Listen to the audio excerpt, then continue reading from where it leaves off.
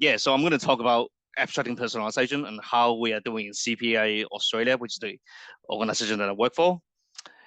Hang on. So just quick intro. My name is Vincent. I'm a solution architect in the digital channel space at CPA Australia. My main focus on my role is on Sitecore and anything to do with personalization technology strategy. I've got 10 years of experience of Sitecore. I'm also a technology MVP from 2020 to 2023, and I live in Melbourne, Australia. And you can see my work email and my contacts and everything as well, that you can find me on all the social channels as well. Or someone is in the lobby. Yeah. So quick agenda walkthrough. I'll talk about who and what is CPA Australia. A quick recap on our digital transformation journey that we've had in the last, I would say, 24 to 36 months and where we're at. I'm going to showcase what the enterprise data platform is, and it's basically our engine to do for a lot of the personalization grunts that we're doing. Some of the upcoming challenges that we have faced and upcoming challenges that we are about to face as well. So who is CPA Australia? It is an international member organization. It was founded ages ago in 1886. The founding fathers were from Melbourne, Australia, funnily enough. And their vision was basically to help out all the accountants in the field. The organization wants to be the partner, very much like if you think about how doctors need to join or engineers need to join their institution membership organizations, it's exactly the same scenario in here.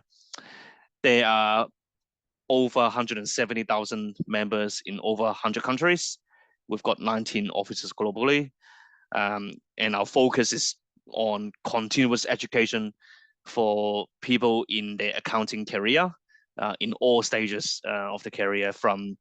We're trying to get members in and trying to nurture members from high school or secondary school, all the way up to someone's retirement.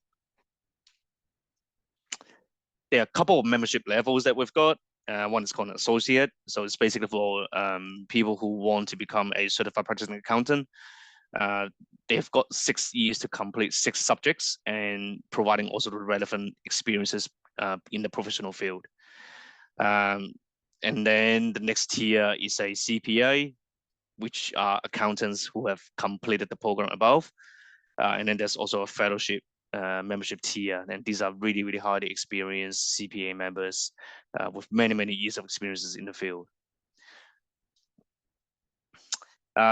Obligations of a member, there's total mandatory professional hours that are required.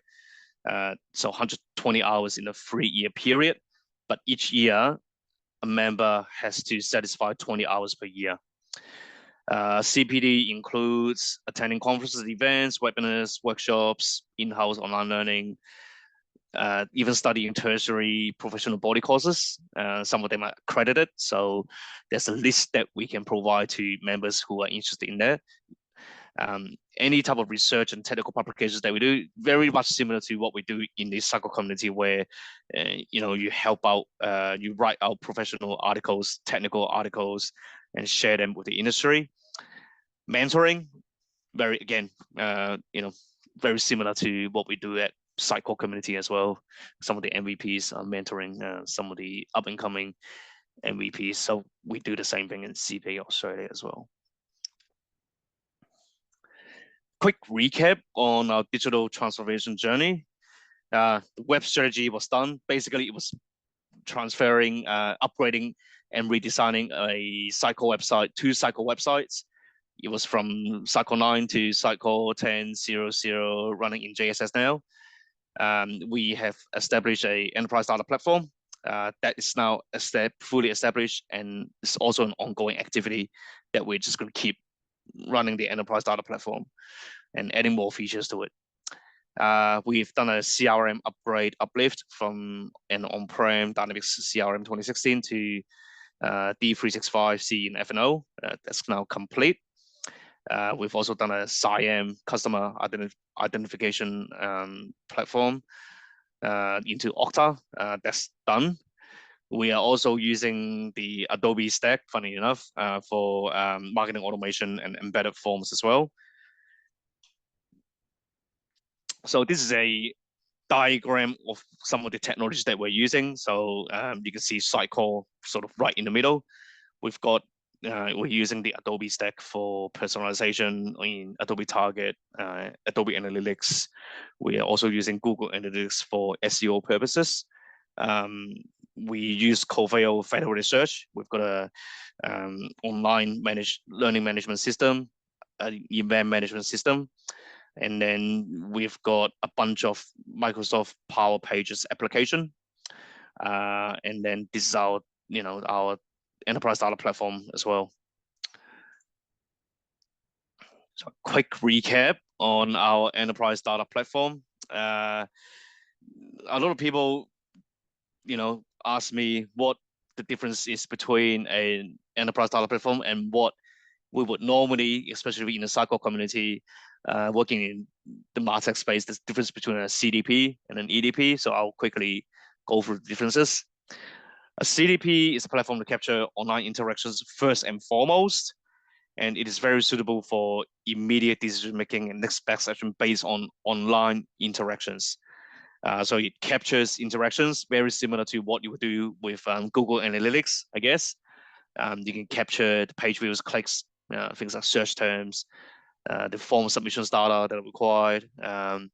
It gives you a customer 360 view based on the various references and data sources so that usually it has got integration points as well, so that you can do some sort of a multi-channel or omni-channel type decision making and tracking with offline activities. It includes first-party data from other system of individual users. So if you really want, you can actually export a portion of a user's customer attribute from your CRM system into the CDP if needed. It can do real-time audience segmentations based on what the audience segmentations has been predefined in the CDP. So when someone has completed a certain action and it satisfies the audience segmentation requirement, then that particular person will get lump into that audience segment in there, right? It requires integration into and out of the CDP for other data that cannot be captured directly by user interaction. So think of it like like in Sitecore XP days where we've got reference data. Some of the more popular reference data I've seen is like weather data. Weather seems to be one of the most easiest way to integrate into a CDP. Actually into any systems, to be honest. So a lot of people use weather data as a proof of concept just to say that, hey, I can integrate into a CDP. And best of all, like I said before, it is very, very fast because everything happens online and the decision is already in the CDP engine and it happens really, really quickly as well. So what is an EDP? An EDP provides a single unified view of an organization's data.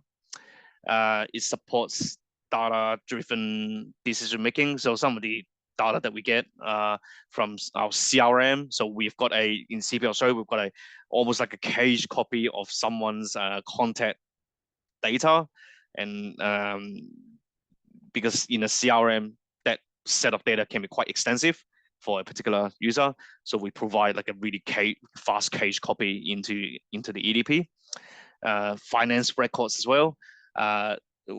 We also have the internal organization's finance records into the EDP for any type of reporting purposes. So it's not just a customer data set that is in our enterprise data platform. It supports, because of the vast amount of data that we capture, both customer facing as well as internal only data, we can use our EDP to support data-driven decision making. It also allows us to optimize a lot of the operations and self-service data via reporting tools. So we use Microsoft Power BI. So we train people and then we provide online courses to whoever would like to use Power BI to draw up their own reporting. So previously, you would have engaged people to draw up a report into either using an Excel or whatever tool that is available.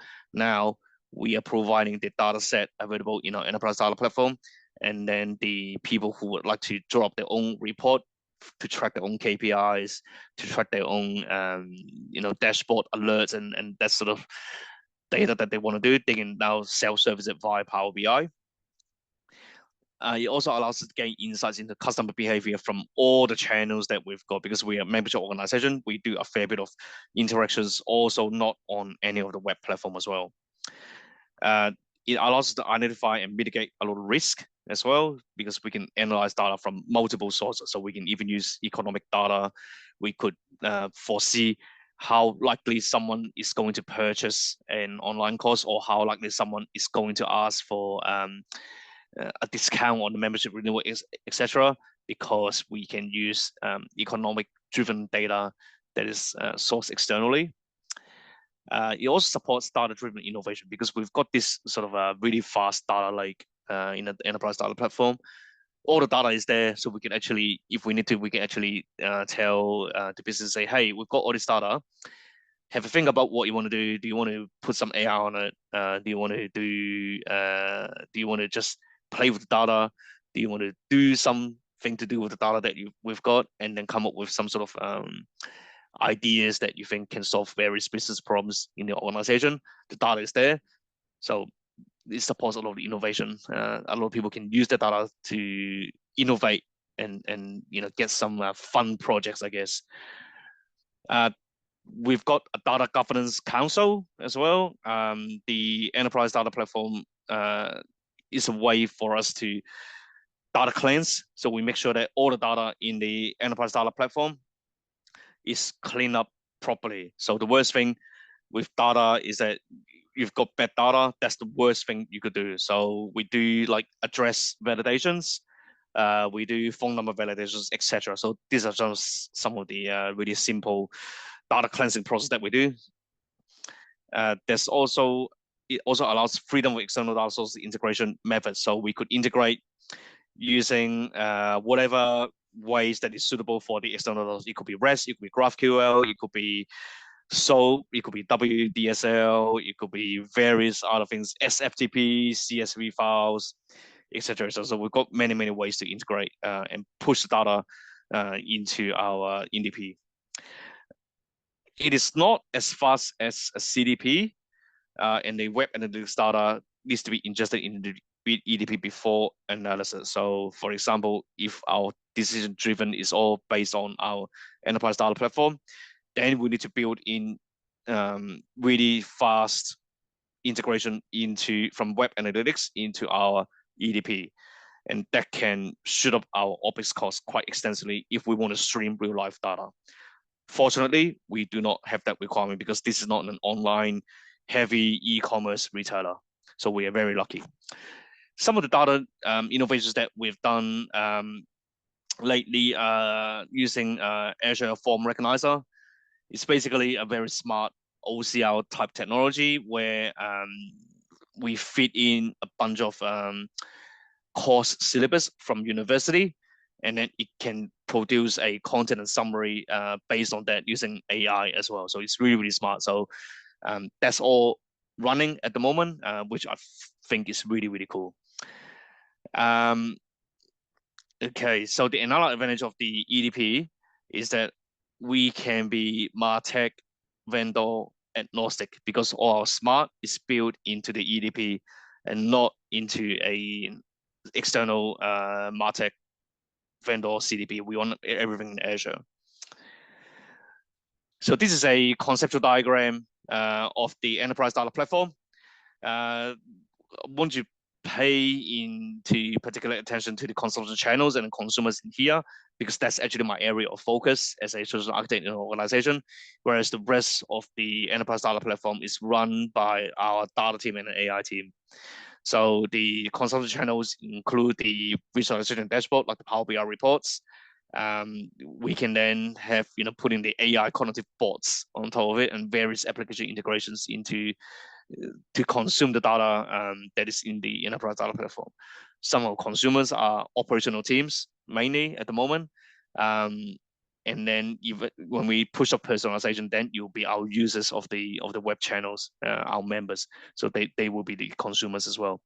What we are thinking of doing is to use that data and then put it into something like a GPT co-pilot type scenario, using that to drive to read the data and to service our users as well. And this is what we are using in CPA. So the data sources are, like I said before, CRM data, CE from dynamic CE, F&O from our web analytics from our website, our various transactions from our learning management system, etc., etc. So there's a bunch of data sources here. This is how we integrate, the data just using whatever method it is required. Our default is using Azure Data Factory pipelines. And then the storage is in a data lake store as well. And yeah, like I said, the consumers are the humans or the various applications. The applications are website, CRM, call centers, etc. Because sometimes we ingest the data, and whatever the AI and analysis has gone through the data, we will spit out the result, and then we'll put the result back into the CRM so that the operational staff can actually have a direct reference of what someone what the particular customer attribute is after the AI has ingested and analyzed the data as well. So yeah, it's really, really powerful. So it's like a 360 where the original data is from the CRM, and then AI has gone through it and understood what the data requirements are from our data model, and then you see the final end result back in the CRM again. So it's really, really cool. Like I said, we are looking into using Microsoft Copilot to help us with our data as well. So in the latest Ignite,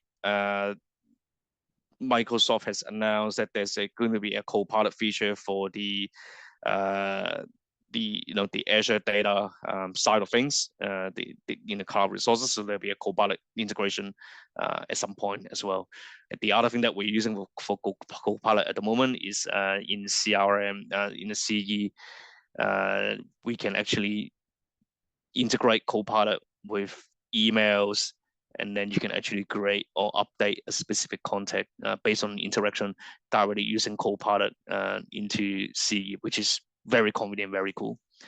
So it helps us streamline the operation as well. So yeah, that's really cool. And then obviously another one that we want to use is using GitHub Copilot to streamline our development effort for the data team, for the entire technology dev team as well. So some of the challenges that we've faced before. So normally when we do personalization on any type of web channels, you would normally load the web page, and a lot of times you'll put a white screen curtain on top, as you can see in here. I've got a long state, everything's white, and then you load everything, and then the DOM usually changes the DOM. So you want to hide. Previously, the implementation was you hide all of that DOM moving around, and then once personalization A/B testing is done, all the changes that are required, and then you lift up the curtain and then show the users like, ta-da, it's just like a feeder, right? You change your scenery behind the scenes. So what we've discovered is that page speed will suffer. Our Google Lighthouse score also suffer. So what I've done is I stumbled across just really popular news website. In this case, ABC News in Australia. And I realized that, hey, you know what? They actually don't care about the DOM shifting. You see the DOM is actually shifting. They actually don't care. If they don't care, if a high traffic website does not care, we shouldn't care either. So what we did was, I told the team, delete that white screen, get rid of it. Don't care. Just let people see everything changing. And by doing that, our Lighthouse score, just by doing that, bumped up by 10 points just straight away by just doing that. What we have to do in the future is introduce various loading state for certain page components.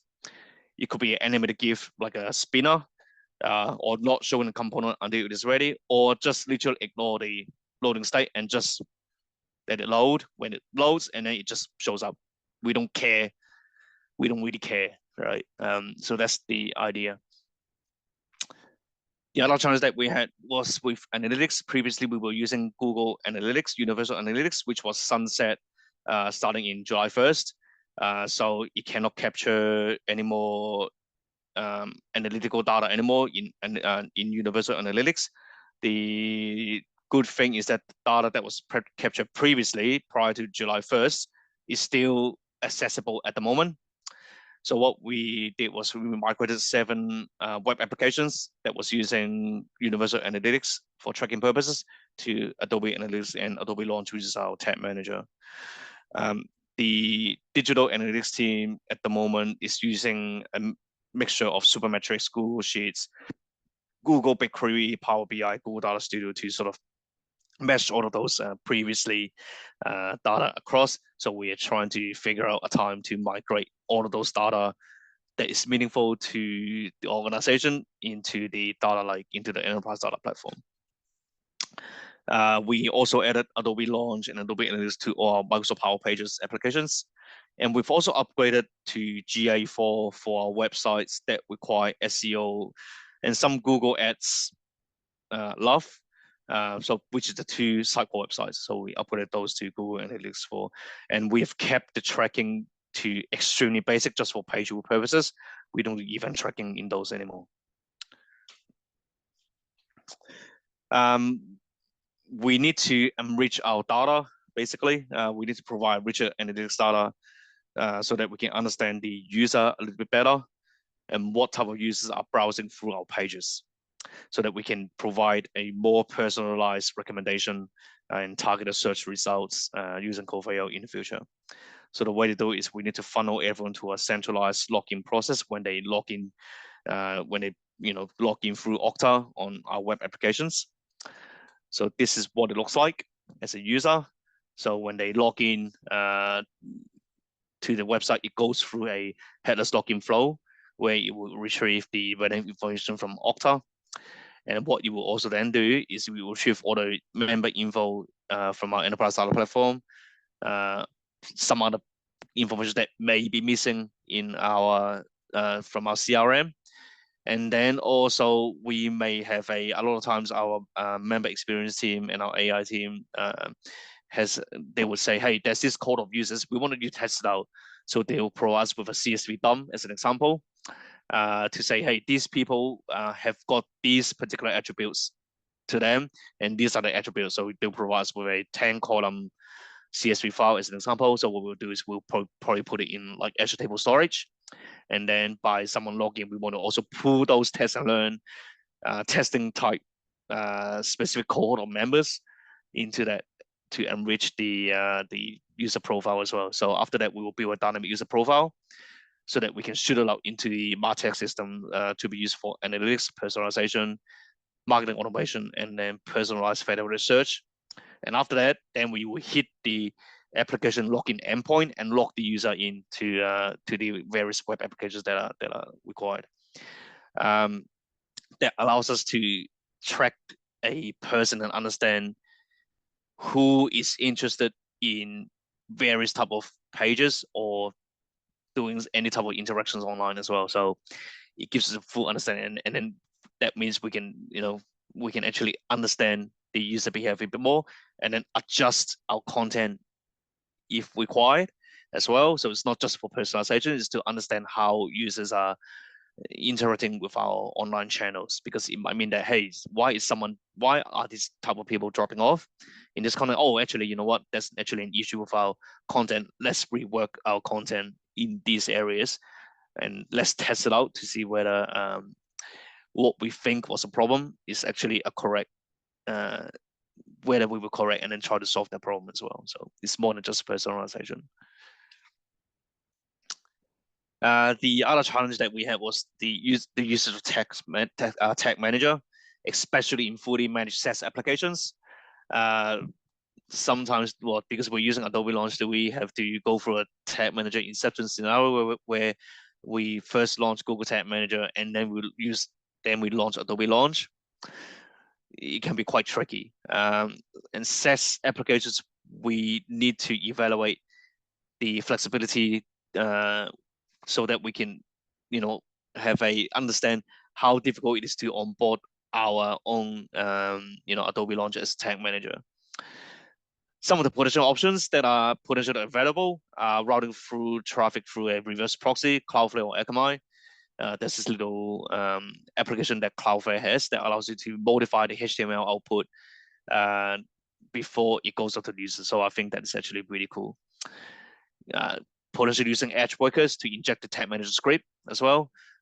The problem is that your margin may vary. Some vendor SaaS applications may not allow that as an interference and may actually flag, come up with a security alert. So you're going to be really, really careful. If you do decide to go on that route, you must engage your vendor as well if you go on that route. A really quick example of what the Cloudflare one looks like. I'll play the video. So this is the little application that Cloudflare has got. On the left-hand side, I've just say, hey, put the just an alert JavaScript in the head of the application, and then I hit the preview button, and then boom, you get the JavaScript alert. So that's something that is available from Cloudflare. It can be quite handy. So this is just something I stumbled across. We didn't end up using it, however, because we got really lucky that all our SaaS applications allows us to use our own choice of tag manager. So we got lucky there.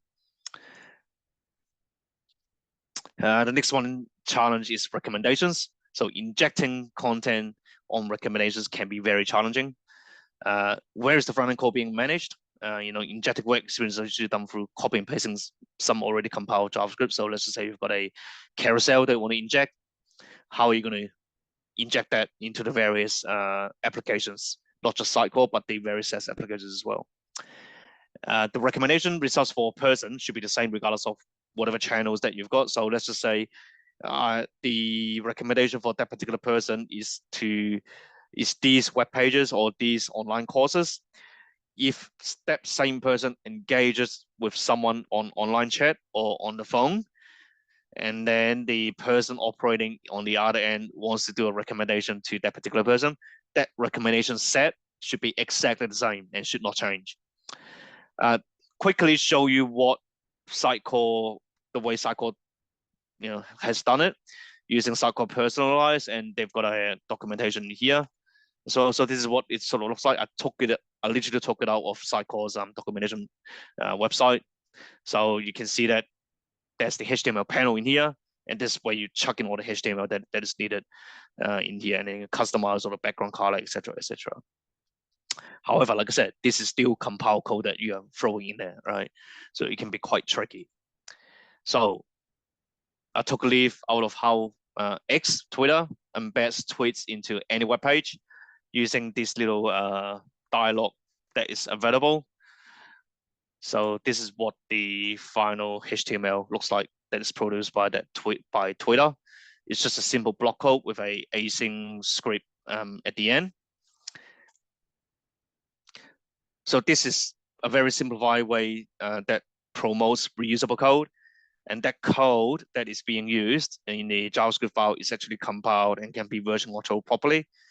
It can be showcased in a tool like Storybook, and it can be independently tested with an isolated API that retrieves recommendation from our enterprise data platform. So you go through the normal software development lifecycle for the front-end code, which is very important. And if we want, we can actually skip using a tool like Sitecore Personalize as an example, but apply all of this at a tag manager if we choose to as well. So that's actually one way to do this recommendation as well, if that's what you want to do. So a lot of flexibility. Another challenge that we've got is security, cybersecurity. Australia is a massive gold pot. We've had some really, really big data breaches in 2023 and end of 2022.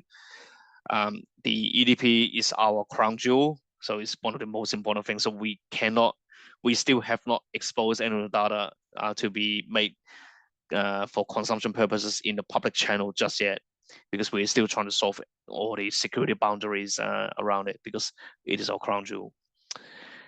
We've got various processes to protect PRI data.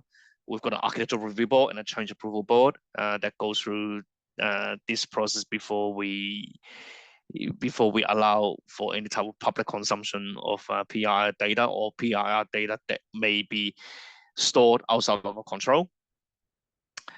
We also hold privacy, impact, and threshold assessments on various implementations and also external MarTech vendors that we use or external vendors that we use. So we have various assessments that we go through. We also do secure code practices, which are our best to do that as well. We've got strong outbreak control with various connectivity to all the resources as well. So we make sure that very similar to what you see in a Sitecore database connection strings as an example, where you use container users as well, so that those outback connectivity can only do a certain thing. So that we are trying to our best to actually do that. We are currently looking into setting up proactive monitoring with various alerts. So we want to connect as much as possible to a SIEM platform.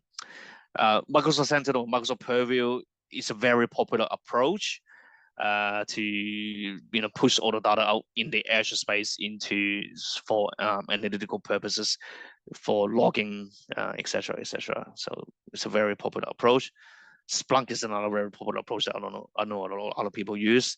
We are currently looking into using Rapid7 because it is a SIEM that is built already, that we're already paying for. So we are looking into doing a bit more in that space at the moment.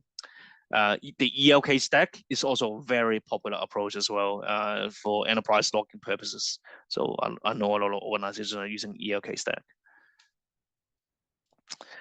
So I guess this is quickly showcasing what I propose on how we can expose the enterprise data platform data out.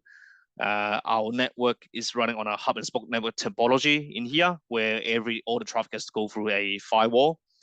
And then it goes into a VNet peering into a virtual network. And what I propose is using AKS to expose our enterprise data platform data with a ASP.NET Core application, and then with an inbuilt service API into our enterprise data platform. And then in there, it uses a Synapse content string and then read out all the data that is in our Synapse Analytics. The other challenge is OpEx. Everything's so expensive. We all want to have the best personalization experience for all our users, but none of us want to pay for it. All right. So when we engage any of the MarTech SaaS platform, we need to understand what the platform rate and the subscription limits are. Sitecore has got their own definition of every single product in the Composable DXP. So I encourage you to go to the website in here /legal/ all the definitions, and the visit in here definition is specific for Sitecore XM. So I encourage everyone to understand what those limits really mean, so that you can budget for it, and then you can make sure that you don't get penalized for any overage usage as well. What we are also looking into is doing a showback and a chargeback model to all our cloud expenses and assets and software expenses as well. We are looking into using cloud adoption framework with cloud landing zones as well for all our Azure resources. So we are going to kickstart that project next year, probably for the next 2 years. There are a lot of complications when it comes to sharing resources. So for example, Sitecore, you've provisioned a Sitecore Azure infrastructure stack in Azure. How can you divvy up that cost to various business functions or various campaigns or various functions that you want to do? How do we do that? So I'm thinking of consolidating all the costs together and then using the web analytics traffic and dividing it up that way, using various reference data that are available that the business will help us tag. So I will need to talk to the finance team and our marketing team and our various business units as well to figure out how to do what they actually want to show back on the charges. Basically, it allows us to produce a report back to the CFO to say, hey, if the CFO comes down on as an order to say, hey, we need to cut the cost by 50%, we can at least showcase to the CFO to say, hey, if you shut the tab, if you close the tab, these are the impacts to these applications. So choose which one you want to shut. So that's the whole idea. So yeah, we're going to thinking of ingesting all the cloud costs into our EDP as well, so that the business can, the finance team or the procurement team can actually self-service to produce those service cost report. So yeah, that's all I've got, and these are the sponsors for SUCON in Australia. Thank you. Are there any questions for me? I know this is a little bit out there, a little bit different to, because I'm not specifically talking about cycle. I'm really abstracting that layer out. Yeah, the new terminology is all composable, so it was a good rundown to see like different platforms talking to each other, and that is not a limitation that we are just scoping only for Sitecore, because this is the future.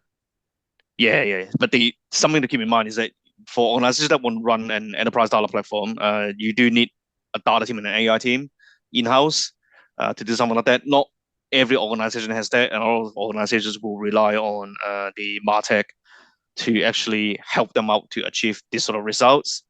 But then again, like I said, right, EDP is not just for customer-facing data.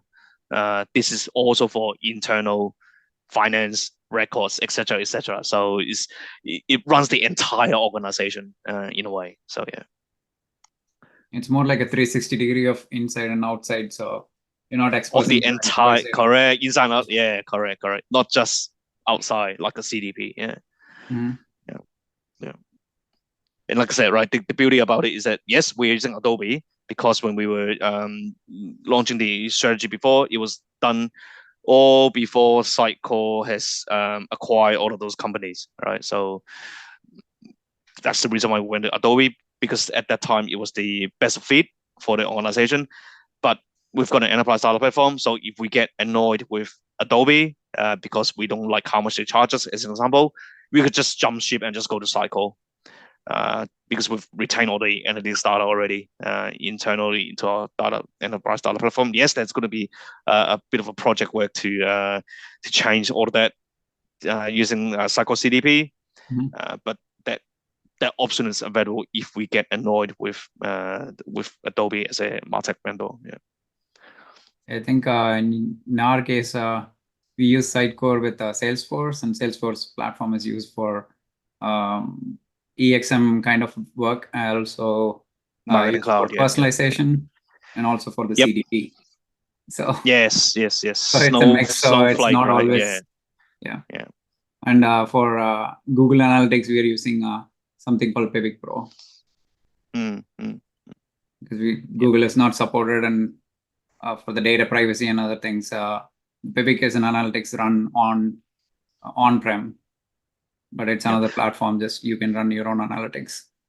Yes, that's right. So the other thing I would quickly point out with analytics is as well is that, especially when it comes to privacy, we treat any analytics platform, web analytics platform, we do not put any PI data on it. The only thing that we've got a field called member ID, so it's basically just a numerical field, or you can use a GUID if you want to. That references back to a real user back into our CRM. So that's the reference point that we use. We don't even put email addresses on there, because if you look at all of the CDP tutorials that Sitecore has, and any MarTech platform is actually, they'll say, hey, create a first name, last name as the attribute in the platform, and then the email address, etc. We don't do any of that at CPA. We do not, because those are PI data. We don't do that. We deliberately don't even ship those out at all, because we have a stance of trust no one. We don't trust anyone whatsoever, with the exception of Microsoft, because that's where the CRM is. So we do have to trust Microsoft. But then again, if Microsoft can't get it right, no one else will get it right. Yeah, a lot of companies are moving into this zero trust kind of a situation. Like they don't trust anybody or ship any data. Correct. That is correct. Yeah. Okay, perfect. Thank you for taking your time and walking us through this thing. Last call, if there is any other questions, feel free to ask at this moment. Hi, Vincent. No, thank you for this presentation. Of course, and as Balaji enlightened us, that this is looking at the composable stack, right, from a broader view, because that's what Sitecore has been selling, that then you can plug and play any kind of a vendor. And honestly, I really came to know about how you implemented personalization in your in your work. I know there were less slides to that. You already accepted to it. So I don't have any specific questions on that area because so the reason I'm saying that is we as a B2B, right? We are a B2B company, and we do have there's a small appetite to use personalization to be able to cater to our customers, who interact through different CRM systems. Like Microsoft is one of our CRM, but there are and other ways as well. They interact and do business with us. So I was trying to see like how Sitecore, if at all, we have Sitecore right now, which is more of an XP, but we are building a roadmap for the SaaS, and I was trying to see how can we use personalization if it has to be CDP or anyone else. But I think this is a good presentation. At least it gave me a very different view into what organizations are doing versus just thinking from a Sitecore focused lens. So I think this is great. I don't have any questions as such, but yeah. I just want to quickly point out, you've raised a really good point, especially with B2B. When you're looking at B2B, right, is there really a need to personalize, right, to your customers? Because you would think that your organization would understand your customers, which are B2B. We also have B2B as well in our organization. So the way we look at it is that, if you want to stick to the Sitecore stack, is that CDP is going to be, I think the Sitecore CDP will be quite an important part of it. The presentations at SUCON, there was a specific call out to say, if you want to do the composable stack, you need to think about whether you want to do the CDP plus personalize or just the CDP. If you're not going to change any of the delivery based on the user of what they experience, then you might not even need personalized at all. And then it might be more important for you to understand the users rather than actually changing the presentation and presenting what the next best action or recommendations is for those particular people. So you might not even need Sitecore personalized in your scenario. And some people actually might want to say, you want to do, there's this whole thinking around crawl, walk, run, and then fly, right? So crawl, it could be you might want to just start with the crawl phase where, hey, put in the Sitecore CDP just so you can understand all your customers first before you decide whether there's a need to actually even personalize for those users. So I would say try to put as much as you can in the crawl and walk phase just to understand the customers. Whether you want to do it like how we've abstracted in CPA Australia, or whether you want to just use CDP to understand that. So yeah, just you do really need to take the time. It's personalization. We all say, oh, let's just do personalization, but man, it's so hard. Personalization is so difficult. Yeah. Right. I get your point, and that's where I said like it's a small appetite to do it, but every lab has a different dream about personalization, how it will really benefit their business, and we're not really able to bring them all together at that same stage. And it's a big effort. It's not just technology, but as you said, like a thought process and a shift in mindset. So it's overall, it's not just one. Yeah, the strategy is the hardest work. Yeah, the strategy and the thinking behind it and the understanding the user is the hardest part. Delivering the actual experience is not that hard. Yeah. I know as an IT person, I find like if you tell me what software, what systems you want me to build, I can build them. But to get to that point and to be able to prove their ROI, it's the hardest one. The strategy is the key piece. I get that. Yes, thank you for that. Correct. No problem. Yeah. I appreciate your answer. Thank you. No problem. I can talk about this sort of stuff all day long. And it was really tricky for me to decide whether I want to do a strategy type presentation or whether I want to do technology. But then I'm a technology person, dev, architect at heart. So I decided to shift my focus a little bit more on technology. That's the reason why I presented some code snippets and some of the animated screens, and that's so yeah.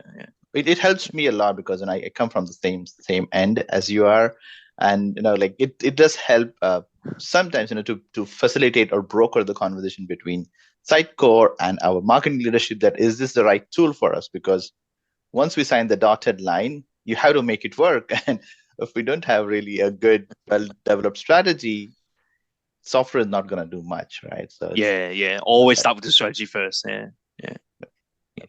thank you. No problem.